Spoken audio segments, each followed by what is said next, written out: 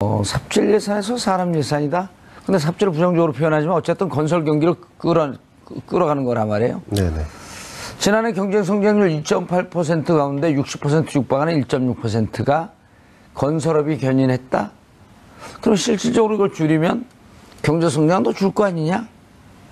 이런 지적들을 하고 있는 거거든요. 작년에 경기가 안 좋았기 때문에 상대적으로 내수에서 건설업이 차지하는 비중이 높았던 건 사실이죠. 근데 그거를 매년 건설업이 마치 경제 성장을 다 주도해온 것처럼 그렇게 설명하는 거는 약간 좀 그 과한 해석인 것 같고요. 이제 그런데 보수 언론들은 계속 그 건설업이나 네. 이런 쪽에 활성화시켜야 된다라고 하는 주장을 계속 펴고 있잖아요. 보수 진영에서는 사실 모든 경제 산업을 다 활성화시키자라는 주의겠죠. 이를테면 변양균 전 예산처 장관이 낸 책에도 경제 철학의 전환이라는 책에 그 소득 주도 성장이 가지고 있는 한계가 있으니 네. 어쨌든 그런 성장이든 아니면 뭐 복지를 증가하든 그 슈페터식의 혁신 성장으로 갈 수밖에 없다. 혁신 성장을 하게 되면 그만큼 세수가 느니까 세수 또한 우리가 좀 더 솔직해지자. 그래서 중부담 중복지 이를테면 이 말은 쉽게 표현하면 박근혜 정부에서는 증세 없는 복지를 했던 거고 그리고 현 정부에서는 핀셋 증세로도 우리가 추구하려고 했던 복지가 가능하다는 전제하에 이 예산을 짠 건데 근데 이제는 이 다음번 논의는 두 분 전문가께서 말씀하셨듯이 이제 복지만큼이나 부담을 강화하는 방향에서 논의가 필요하다. 예. 그래서 이걸 솔직하게 논의해야지 어떤 특정 건설이라든가 아니면 뭐 너무 퍼주기식이라든가 이렇게 좀 과하게 해석하는 거는 좀 무리가 있지 않나 싶고 솔직하게 얘기하면 지금 건설 예산을 줄였다. 사실 이 건설 예산이라고 하는 것 꼼꼼히 살펴보면 왕년에 다 쪽지 예산으로 지역의 선심성 예산으로 나갔던 부분들이 상당수 있거든요. 예. 그리고 또 우리가 이제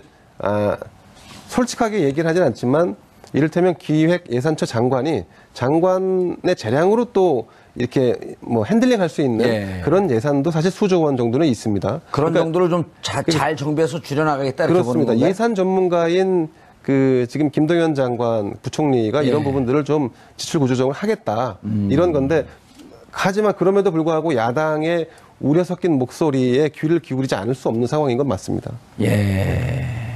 그 부분과 관련해서요. 건설 산업에 그러니까는 건설 지출에 이 건설 투자에 그러니까 GDP에 대한 기여도가 우리나라가 굉장히 기형적인 것은 사실은 부인할 수 없는 사실입니다. 그러니까 지난해 그러니까는 2.8% 성장 중에서 1.6%. 예, 2.8%에서 1.6%. 예. 했으니까 이게 한 퍼센테이지로 한 57%가 됩니다. 예. 근데 2015년도에도 한 36%는 차지했었어요. 근데 그 전에는 일반적으로 한 18% 정도 이렇게 차지를 해왔었어요. 그러니까 그게 2015년과 16년도에 2배, 3배로 큰 폭으로 증가를 한 것 뿐인데, 근데 이거에는 뭐하고 맞물려 있냐면요. 부동산 시장 부양을 통해가지고, 최경환, 초이노믹스. 예. 2014년 7월 달에 출범하잖아요. 그러면서 이제 가계부채. 2014년? 2014년 7월 달에 출범하잖아요. 그래가지고 그때부터 부동산 시장 완화, 책을 쓰면서 예. 가계부채 증가하고 그다음에 이제 부동산 시장 부양되어지면서 이게 맞물린 부분들이 좀 있어요. 예. 그러니까요. 이제 제가 얘기하는 것은 뭐냐면 이게 지난해 이제 과도하게 증가한 측면도 있지만 그 이전에도 이미 그러니까 좀 기형적이었다. OECD 평균을 보게 되면요. 건설 투자가 GDP에 차지하는 몫은 한 0.1%포인트뿐이 안 됩니다. 예. 그러니까 우리나라가 굉장히 기형적인 것은 분명하고 이것은 그러니까 우리가 좀 우리나라의 특수성이 있다 하더라도 너무 좀 크다, 과대하다는 것이고요. 그러면 이 공백을 그러니까 좀 메울 이 장치를 마련하지 않으면은 계속해서 건설 경기 부양의 유혹에 빠질 수 있는 가능성이 있습니다. 예. 경기가 침체할 때마다요. 그러니까요. 그래서 그러다 보니까 그게 이제 부동산 시장에 대한 이 자꾸만 이 유혹으로 넘어가게 되는 것이고 예. 이게 이제 가계부채도 관련되어 있는 건데 그런 점에서 이 부분은 사실 우리나라 경제의 대부분 문제가 사실 근본적인 경제 체질 개선과 다 관련되어 있는데 이 부분도 사실 그 부분과 관련되어 있는 거예요. 근데 SOC는 사실 그러니까 우리가 너무 이제 우리가 지금 이건 문재인 정부뿐만 아니라 박근혜 정부에서도 지난 2년 동안에 계속해서 삭감했던 부분입니다. 너무 과도하다. 그리고 비효율적으로 운영되고 있다. 이런 부분이 지적됐었기 때문에요. 그런 점에서는 이 축소한 것은 우리가 바람직한 방향이다. 근데 거기에 대한 대안 마련은 그러니까 우리가 준비가 필요하다. 이렇게 저는 생각합니다. 예. 건설 경기 부양이 사실은 그 경제 성장률을 또 잠식하는 부분들도 있거든요. 예. 부동산 경기를 부양하려고 하다 보니까 굉장히 집값을 높게 책정하게 만들어가지고 결국 많은 빚을 내서 집을 사게 되는데 예. 많은 빚을 내서 집을 사게 되게 되면 가게 입장에서는 그 빚을 갚아야 되는 원리금 부담이 늘어나니까 예. 소득으로는 뭐 300만 원, 400만 원 중산층인데 그것을 이제 원리금을 갚기 위해서 한 달에 150만 원, 뭐 많게는 200만 원까지 이제 부담을 하게 되면 사실상은 소득적으로 보게 되게 되면은 빈곤층화되어 있는 상태에 있는 것이거든요. 예. 그게 이제 전반적으로 민간 소비를 상당히 위축시키고 있다는 거죠. 전체 경제 성장률에서 민간 소비가 차지하는 부분들이 거의 한 절반 가까이 되는데 그 민간 소비가 반토막이 나다 보니까 저성장 구조가 고착되고 있는 것이어서 예. 가계가 이제 이런 정상적인 소비를 할 수 있도록 민간 소비를 활성화시키는 정책을 쓰려면은 가계 부채를 어느 정도 줄이는 정책을 쓸 수밖에 없고 불가피하게 그럼 부동산 경기를 그렇게 인위적으로 부양하는 정책들은 이제 더 이상 할 수 없는 예. 그런 상태에 와 있다고 생각이 듭니다. 예.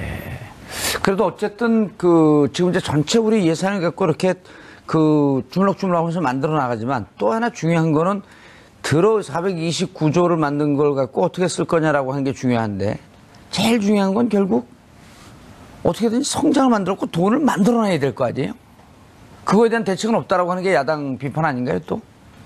그래서 아까 이게 지속 가능하냐, 이 예산 구조가 지속 가능하냐 이렇게 예. 얘기했을 때 저는 지금 현재 그러니까 복지를 강화하는 부분은요, 이 부분은 커버가 가능하다고 봐요. 근데 저는 이제 문제는 뭐냐면은 이 공무원 지원 부분입니다. 위험하다. 우려스럽죠. 예. 예. 공공 부분 일자리 창출 계획만 있는 것이 아니고 국정계획 중에서는 예. 뭐 민간 부분의 일자리 창출 계획들도 있거든요. 우리나라가 과도하게 너무 비정규직이 많고 하다 예. 보니까 이 부분을 좀 획기적으로 한번 전환을 시키기 위해서는 공공이 먼저 나설 수밖에 없다는 점에서 이제 공공 부분의 일자리 늘리는 것들부터 시작을 하자는 예. 것인데 그거에 호응을 해서 뭐 재벌 대기업들 중에서도 비정규직 정규직으로 전환하겠다라든가 일자리를 늘리겠다고 하는 기업들도 많이 늘어나고 있고요. 그렇죠. 무엇보다도 이제 중소기업과 창업기업들을 이제 활성화시켜야 되는데 중소기업이나 이제 창업기업들이 잘 활성화 안 되는 이유들이 결국 대기업과 중소기업 사이에 있어요. 불공정 부분들이 굉장히 크고 예. 그런 부분들이 시정이 되고 있지 않은데 그 부분에 대한 이제 행정력들도 굉장히 많이 투입이 되고 있거든요. 그래서 뭐 당장은 쉽지는 않겠지만은 중소기업들이나 그 창업기업들 쪽에서도 또 일자리들이 늘어나고 창업이 활성화된다면은 뭐 장기적으로는 뭐 민간 부분에서도 일자리를 늘어날 수 있는 이제 그런 부분들이 있다고 생각이 듭니다. 아니, 김남근 변호사님, 일테면 이제 최백운 교수님 같은 경우도 문재인 정부의 정책이나 이런 걸 적극적으로 지지하시는 분인데, 뭐 김남근 변호사님도 마찬가지고요. 그걸 반대하는 분들은 안 모십니다, 가급적. 반대하는 분이 옆에 기자 계시잖아요. 저는 반대하는 게 아니고, 예. 만약에 아니, 아직 발언권 안 줬습니다. 알겠습니다. 네.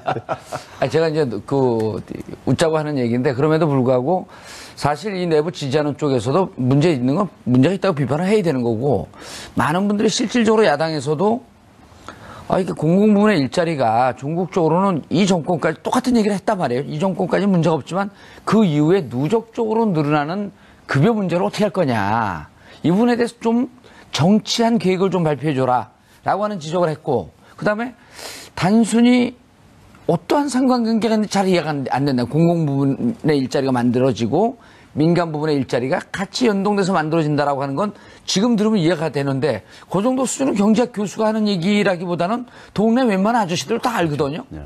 야, 이거 소방서원들이 일하려면 집에 가서 밥도 먹어야 되잖아. 밥 먹으려면 밥집 아줌마도 좀 늘어야 되고 이런 건데 이것이 통계적으로 입증되지 않았기 때문에 우려가 된다. 그런데 이제 지금 김남근 변호사님 뭐라 그러셨냐면 사실은 조금 인과관계는 좀 없어요. 정부가 이렇게 하니까 우리 지금 비정규직을 정규직으로 전환시킨 민간 기업을 보면 저는 이렇게 보여요. 솔직한 얘기가 이 정부가 막 출범해갖고 지지율도 높으니까 무서워서 이런 측면이 좀 보이거든요. 아니, 이제 그 부분만 있는 게 아니라 지금 공공 부분 일자리를 늘리자는 것들이 공공 부분 일자리를 늘리면 민간 부분의 일자리가 늘리기 때문에 하자는 게 중심이 아니라 예. 공공 부분 일자리 자체가 우리나라가 적다는 거거든요. 다른 나라에 비해서. 그렇죠. 그러니까 적어도 OECD의 평균 정도 수준 정도까지는 공공 부분의 일자리를 늘리자는 거고요. 특히 공공 부분의 일자리가 적은 부분이 뭐냐 하게 되면 우리가 고령화 사회로 가는데 뭐 보건 부분이라든가 또 안전 부분 같은 것들을 소홀히 하다 보니까 소방이나 치안 이런 부분에 있어서의 일자리가 굉장히 적기 때문에 늘리자. 그걸 정상화시키자라는 측면이지 다른 나라보다 더 많이 늘리자라고 하는 지금 그런 논의는 지금 퍼블릭 섹터라고 하는 OECD 국가에서 퍼블릭 섹터 하게 되면 저희가 몇 프로쯤 되나요? 우리나라가? 뭐 그 순위로 따지게 되면 평균보다 저희가 이제 그 뭐 한 7% 정도 적다고 그래가지고 예. 그 부분들을 지금 늘리자고 하는 것들이 이제 지금의 뭐 두 분도 다 전문가시지만 어느 통계를 봤더니 우리가 공공 섹터가 한 15%쯤 되나요? 어떻게 되나요? 그리고 그 OECD 평균이 한 22% 된다 그래서 저도 한 7%쯤 갭이 있는 거 이렇게 알고 있는데 맞나요, 교수님? 네, OECD 국가 중에서 높은 나라가 대표적으로 프랑스인데요. 예. 프랑스가 한 45에서는 50 정도 되죠. 그래요? 퍼블릭 예. 섹터라고 하는 부분이? 그래서 프랑스가 굉장히 이 경기 조절 능력이 좀 그래도 뛰어난 게 바로 예. 이제 퍼블릭 섹터가 이제 강해서는 부분이 있는데요. 근데 이제 김남국 교수님 얘기와 맞습니다. 그래서 저도 이제 그래서 여기 교수님. 아니 김남국 변호사님 얘기가 맞는 게. 근데 교수 하셨나요? 교수하고 계세요? 여러 가지. 근데 이제 저도 이제 문재인 정부에게 예. 제가 이제 방송에 대해서 이제 얘기하는 게 뭐냐면 공무원 지금 이제 그 채용하려고 하는 부분들이 예. 우리 민생과 관련되는 부분들이에요. 대개가 보면요. 또 시민들의 삶의 질도 개선시키는 부분들이란 말이에요. 예. 그러면은 이 부분들은 그냥 필요하기 때문에 채용한다고 하면 되는 거예요. 공무원 증원을 해야 된다는 부분으로요. 이걸 굳이 일자리 정책으로 처음에 내놓다 보니까는 이게 시비에 휘말린 거죠. 예. 공격 빌미를 준 것이고요. 공공 부분이 우리가 적고 지금 그 김남근 변호사님 말씀하셨듯이 실질적으로 고령화 사회에서 꼭 필요한 부분이 맞습니다. 과소한 예. 지나치게 적으니 예. 이 부분 좀 늘리자. 그리고 이것을 공공 부분의 일자리라고 하는 측면으로 생각해주면 고맙고 예. 아니면 말고 이렇게 갖고 포인트를 좀 잘못 잡은 거 아니냐라고 하는 그렇죠. 그런 지적을 하고 예. 계신 거네요. 예. 이해가 됩니다. 그러니까 좀 다른 차원의 문제인데 자꾸 공격하는 쪽에서 그것만 하면 어떻게 민간 일자리가 늘어나냐. 그런데 공공 일자리를 늘리자는 원래 정책의 목표하고 그게 민간 일자리를 늘리기 위한 목표를 설정된 거 아니라는 거죠. 그거는 별개의 문제고. 근데 문재인 대통령이 대선 공약에서요. 예. 81만 개 일자리를 얘기를 하면서 예. 그 속에서 이제 그러니까 17만 4천 개를 공무원 일자리 뭐 이런 식으로 얘기를 했었단 말이니까요. 그러다 보니까 이제 그게 이제 결국 이제 시비의 단초를 제공한 부분이 있죠. 그럼 문재인 대통령께서 진정성도 있고 내용도 좋은데 다만 표현에 그렇죠. 예. 이제 또 대선 때 급하잖아요. 그리고 지금도 어쨌든 공공 부문의 일자리라고 하는 것은 우리 사회가 복지 국가로 가고 정상적인 국가로 가기 위해서는 OECD 국가와 비교해 봤을 때 지나치게 부족하다. 그 부분을 늘리고 이것은 일자리 정책이라고 하는 본격적인 정책의 부분은 아니다. 그렇죠. 이렇게 이해하면 되는 건가요? 네. 근데 이제 약간 그 공공 부분에 대해서는 뭐 100일 목표를 세워서 막 전투적으로 그렇게 하는 모습을 보이는데 그래서 민간 부분에 대해서는 북한에서 하는 건 줄 알았어요. 막연하게 이렇게 예. 나오니까의 문제도 있는 것 같아요. 중소기업부의 출범도 좀 늦어지는 데다가 예를 들어서 최저임금을 인상한다 하면 그 타격이 큰 자영업자들을 위해서 뭐 상가 임대료 인상들의 인상률 상한제를 규제를 한다라든가 예. 신용카드 수수료를 좀 낮추는 정책을 쓴다라든가 그런 여러 정책들이 같이 병합적으로 진행이 돼야 되는데 예. 최저임금은 이미 1월 1일이면 16.7% 오르게 딱 되어 있는데 막상은 지원하기 위해서 상가임대차, 뭐 신용카드, 뭐 골목상품권 여러 개를 했는데 그거에 대해서는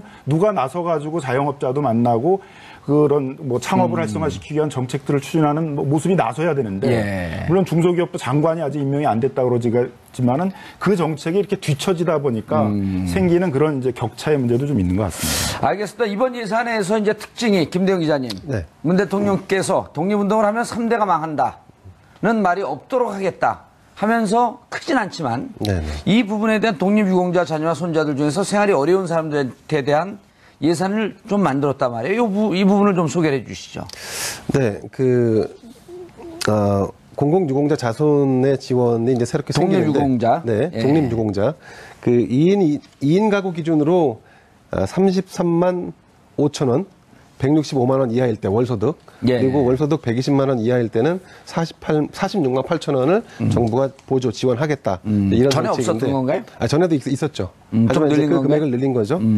그런데 이제 사실 미국 같은 경우는 우리는 좀 독립유공자라는 약간 특수한 게 있고 미국은 참전용사라고 하는 또 특수한 게 있어서 아하. 정부의 혜택이 참전용사에게 과할 정도로 많이 지급되는 경우가 있습니다. 이제 우리가 사실 그런 것들을 좀 본받을 필요도 있습니다. 그런 거에 비해서 우리는 태부적이었다. 그렇죠. 지금도 부족인데 저는 지금도 이제 요 독립유공자에만 포커싱이 된 게 아니고 참전 용사에 대한 부분도 좀 더 확장해 나갈 필요가 있지 않나 생각이 듭니다. 그렇죠. 지난번에 그 참전 용사나 이런 분들에 대해서 네. 청계천의 노동자도 애국자고 파북 파독 광부들도 그렇습니다. 네. 간호사들 다 이게 애국자다. 네네. 애국자라고 하는 개념에서는 차별이 없다. 그렇습니다. 보수 진보라고 하는 이 개념으로 봐야 할 문제가 아니다. 그렇습니다. 이렇게 말씀하셨었죠. 네네. 비율은 많이 늘어난 건가요? 이 정도는 비율이 많이 늘어났다고 볼 수 있는데, 사실 이 정부 문재인 정부 첫 번째 예산이지 않습니까? 이게 예. 사실은 5월 달에 대선을 치렀기 때문에 예년 같아서는 12월 중순쯤에 대선을 치르고 12월 말에 예. 북한 투쟁을 통해서 예산안에 어쨌든 새 정부의 안들이 반영이 되는 예산이 통과되는데 지금 그렇지 않고 이제 좀 특수한 경우라서 예. 이 정부의 안이 처음 실시되는 거기 때문에 이건 내년도 후년도까지 계속 지켜볼 대목인 것 같고요. 알겠습니다. 이완용 손자의 땅이 자손의 땅이 여의도 7배. 독립운동을 한 사람들은 최저 생계 소득에도 못 미치는 분들이 대다수. 친일파 후손의 땅을 국가가 다시 환수하는 그러한 과감한 정책을 피할 것이다. 라는 것을 조선일보 사설로 썼으면 좋겠습니다. 근데 쓸 수는 있겠지만요. 예. 친일파에 대한 이를테면 단죄 문제랄까? 예. 이런 부분이 지난 50년, 60년을 거치면서 단순히 어느 특정 진영, 특정 어떤 이념 성향의 집단에만 책임을 물을 수 있는 문제는 아닌 것 같습니다. 우리 모두의 책임이고. 그렇죠. 네. 조선일보가 주도해서 그 책임을 함께 우리 민족과 역사에게 묻자. 끝날 시간이 다 된 것 같습니다. 정도 줄이는 정책을 쓸 수밖에 없고 불가피하게 그건 부동산 경기를 그렇게 인위적으로 부양하는 정책들은 이제 더 이상 할 수 없는 예. 그런 상태에 와 있다고 생각이 듭니다. 그래도 어쨌든 지금 이제 전체 우리 예산을 갖고 이렇게 주물럭주물럭하면서 만들어 나가지만 또 하나 중요한 거는 429조를 만든 걸 갖고 어떻게 쓸 거냐라고 하는 게 중요한데 제일 중요한 건 결국 어떻게든 성장을 만들었고 돈을 만들어놔야 될 거 아니에요? 그거에 대한 대책은 없다라고 하는 게 야당 비판 아닌가요, 또? 그래서 아까 이게 지속 가능하냐, 이 예산 구조가 지속 가능하냐 이렇게 얘기했을 때 저는 지금 현재 그러니까 복지를 강화하는 부분은요, 이 부분은 커버가 가능하다고 봐요. 근데 저는 이제 문제는 뭐냐면은 이 공무원 증원 부분입니다. 위험하다. 우려스럽죠. 예. 네. 공공 부분 일자리 창출 계획만 있는 것이 아니고 국정계획 중에서는 예. 민간 부분의 일자리 창출 계획들도 있거든요. 우리나라가 과도하게 너무 비정규직이 많고 하다 예. 보니까 이 부분을 좀 획기적으로 한번 전환을 시키기 위해서는 공공이 먼저 나설 수밖에 없다는 점에서 이제 공공 부분의 일자리 늘리는 것들부터 시작을 하자는 것인데 그거에 호응을 해서 재벌 대기업들 중에서도 비정규직 정규직으로 전환하겠다라든가 일자리를 늘리겠다고 하는 기업들도 많이 늘어나고 있고요. 그렇죠. 무엇보다도 이제 중소기업과 창업기업들을 이제 활성화시켜야 되는데 중소기업이나 이제 창업기업들이 잘 성장 중에서 1.6%. 예, 2.8%에서 1.6%. 예. 했으니까 이게 한 퍼센테이지로 한 57%가 됩니다. 근데 2015년도에도 한 36%는 차지했었어요. 근데 그 전에는 일반적으로 한 18% 정도 이렇게 차지를 해왔었어요. 그러니까 그게 2015년과 16년도에 2배, 3배로 큰 폭으로 증가를 한 것 뿐인데, 근데 이거에는 뭐하고 맞물려 있냐면요. 부동산 시장 부양을 통해가지고, 최경환 초이노믹스. 예. 2014년 7월 달에 출범하잖아요. 그러면서 이제 가계부채 2014년 7월 달에 출범하잖아요. 그래가지고 그때부터 부동산 시장 완화 책을 쓰면서 가계부채 증가하고 그다음에 이제 부동산 시장 부양되어지면서 이게 맞물린 부분들이 좀 있어요. 그러니까요. 근데 제가 얘기하는 것은 뭐냐면 이게 지지난해 이제 과도하게 증가한 측면도 있지만 그 이전에도 이미 그러니까 좀 기형적이었다. OECD 평균을 보게 되면요. 건설 투자가 GDP에 차지하는 몫은 한 0.1%포인트뿐이 안 됩니다. 그러니까 우리나라가 굉장히 기형적인 것은 분명하고 이것은 그러니까 우리가 좀 우리나라의 특수성이 있다 하더라도 너무 좀 크다, 과대하다는 것이고요. 그러면 이 공백을 그러니까 좀 매울 이 장치를 마련하지 않으면은 계속해서 건설 경기 부양의 유혹에 빠질 수 있는 가능성이 있습니다. 경기가 침체할 때마다요. 그러니까요. 그래서 그러다 보니까 그게 이제 부동산 시장에 대한 이 자꾸만 이 유혹으로 넘어가게 되는 것이고 이게 이제 가계부채도 관련되어 있는 건데 그런 점에서 이 부분은 사실 우리나라 경제의 대부분 문제가 사실 근본적인 경제 체질 개선과 다 관련되어 있는데 이 부분도 사실 그 부분과 관련되어 있는 거예요. 근데 SOC는 사실 그러니까 우리가 너무 이제 우리가 지금 이건 문재인 정부뿐만 아니라 박근혜 정부에서도 지난 2년 동안에 계속해서 삭감했던 부분입니다. 너무 과도하다. 그리고 비효율적으로 운영되고 있다. 이런 부분이 지적됐었기 때문에요. 그런 점에서는 이 축소한 것은 우리가 바람직한 방향이다. 근데 거기에 대한 대안 마련은 그러니까 우리가 준비가 필요하다. 이렇게 저는 생각합니다. 건설 경기 부양이 사실은 그 경제 성장률을 또 잠식하는 부분들도 있거든요. 부동산 경기를 부양하려고 하다 보니까 굉장히 집값을 높게 책정하게 만들어가지고 결국 많은 빚을 내서 집을 사게 되는데 많은 빚을 내서 집을 사게 되게 되면 가게 입장에서는 그 빚을 갚아야 되는 원리금 부담이 늘어나니까 소득으로는 뭐 300만 원, 400만 원 중산층인데 그것을 이제 원리금을 갚기 위해서 한 달에 150만 원, 뭐 많게는 200만 원까지 이제 부담을 하게 되면 사실상은 소득적으로 보게 되게 되면은 빈곤층화되어 있는 상태에 있는 것이거든요.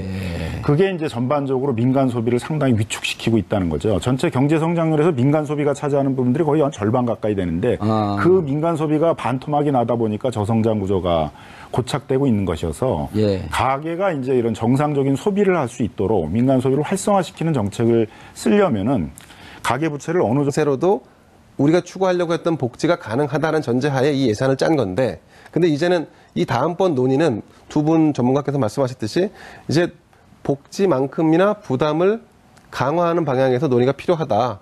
그래서 이걸 솔직하게 논의해야지 어떤 특정 건설이라든가 아니면 뭐 너무 퍼주기식이라든가 이렇게 좀 과하게 해석하는 거는 좀 무리가 있지 않나 싶고, 솔직하게 얘기하면 지금 건설 예산을 줄였다. 사실 이 건설 예산이라고 하는 것 꼼꼼히 살펴보면 왕년에 다 쪽지 예산으로 지역의 선심성 예산으로 나왔던 부분들이 상당수 있거든요. 그리고 또 우리가 이제 솔직하게 얘기를 하진 않지만 이를테면 기획예산처 장관이 장관의 재량으로 또 이렇게 뭐 핸들링 할 수 있는 그런 예산도 사실 수조 원 정도는 있습니다. 그런 그러니까 정도를 좀 잘 정비해서 줄여나가겠다 이렇게 그렇습니다. 보는 건가요? 예산 전문가인 지금 김동연 장관 부총리가 이런 부분들을 좀 지출 구조정을 하겠다 이런 건데, 하지만 그럼에도 불구하고 야당의 우려 섞인 목소리에 귀를 기울이지 않을 수 없는 상황인 건 맞습니다. 그 부분과 관련해서요. 건설 산업에 그러니까는 건설 지출에 이 건설 투자에 그러니까 GDP에 대한 기여도가 우리나라가 굉장히 기형적인 것은 사실은 부인할 수 없는 사실입니다. 그러니까 지난해 그러니까는 2.8% 삽질 예산에서 사람 예산이다. 근데 삽질을 부정적으로 표현하지만 어쨌든 건설 경기를 끌어가는 거란 말이에요. 지난해 경제 성장률 2.8% 가운데 60% 육박하는 1.6%가 건설업이 견인했다. 그럼 실질적으로 이걸 줄이면 경제 성장도 줄 거 아니냐? 이런 지적들을 하고 있는 거거든요. 작년에 경기가 안 좋았기 때문에 상대적으로 내수에서 건설업이 차지하는 비중이 높았던 건 사실이죠. 근데 그거를 매년 건설업이 마치 경제 성장을 다 주도해온 것처럼 그렇게 설명하는 거는 약간 좀 과한 해석인 것 같고요. 그런데 보수 언론들은 계속 건설업이나 이런 쪽에 활성화시켜야 된다라고 하는 주장을 계속 펴고 있잖아요. 보수 진영에서는 사실 모든 경제 산업을 다 활성화시키자라는 주의겠죠. 이를테면 변양균 전 예산처 장관이 낸 책에도 경제 철학의 전환이라는 책에 소득 주도 성장이 가지고 있는 한계가 있으니 어쨌든 그런 성장이든 아니면 뭐 복지를 증가하든 슈페터식의 혁신 성장으로 갈 수밖에 없다. 혁신 성장을 하게 되면 그만큼 세수가 느니까 세수 또한 우리가 좀 더 솔직해지자. 그래서 중부담 중복지, 이를테면 이 말은 쉽게 표현하면 박근혜 정부에서는 증세 없는 복지를 했던 거고, 그리고 현 정부에서는 핀셋 증